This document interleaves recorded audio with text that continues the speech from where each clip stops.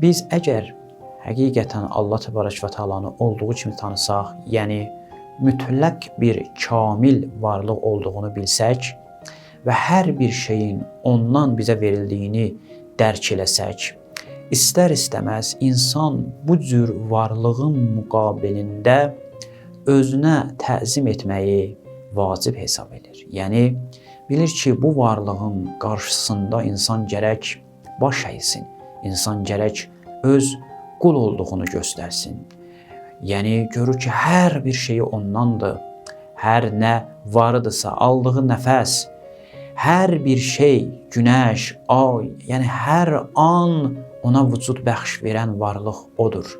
Belə bir varlığı dərk edən bir şəxs görəsən onun qarşısında baş əyməzmi və ona öz qul olduğunu göstərməzmi? Təbii ki, göstərir. Deməli, çünki o mütləq kamil varlıqdır. Çünki o hər bir şeyi bizə əta edən bir varlıqdır.